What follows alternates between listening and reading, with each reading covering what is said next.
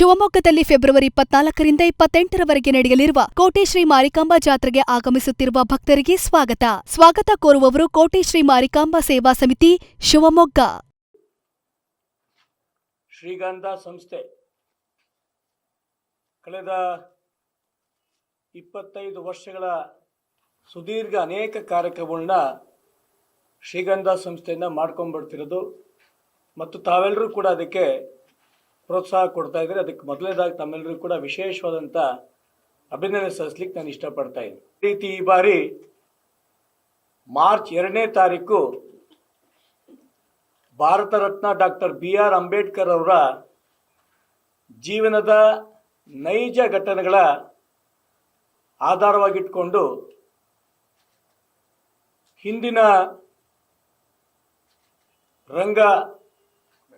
ರಂಗಾಯಣದ ಅಧ್ಯಕ್ಷರಾದಂಥ ಅಡ್ಡಂಡ ಕರಿಯಪ್ಪನವರ ನೇತೃತ್ವದಲ್ಲಿ ನಿಜ ಮಹಾತ್ಮ ಬಾಬಾ ಸಾಹೇಬ್ ಅಂಬೇಡ್ಕರ್ ಅವರ ನಾಟಕ ಪ್ರದರ್ಶನ ಕುವೆಂಪು ರಂಗಮಂದಿರದಲ್ಲಿ ಮಾರ್ಚ್ 2ನೇ ತಾರೀಕು ಸಂಜೆ 6 ಗಂಟೆಗೆ ಶ್ರೀಗಂಧ ಸಂಸ್ಥೆಯ ವತಿಯಿಂದ ನಾವು ಆಯೋಜನೆ ಮಾಡಿದ್ದೀವಿ.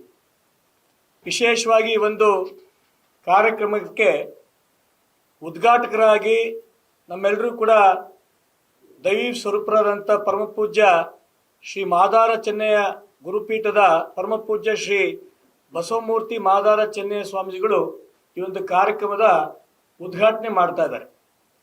ಇಲ್ಲಿ ಸಂಸ್ಥೆಯ ಅಧ್ಯಕ್ಷರಾದಂಥ KS ಈಶ್ವರಪ್ಪನವರು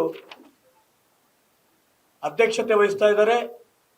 ಅಡ್ಡಂಡ ಕಾರ್ಯಪ್ಪನವರು ಮುಖ್ಯ ಅತಿಥಿಗಳಾಗಿ ಈ ಒಂದು ಕಾರ್ಯಕ್ರಮದಲ್ಲಿ ಭಾಗವಹಿಸ್ತಾ ಇದ್ದಾರೆ.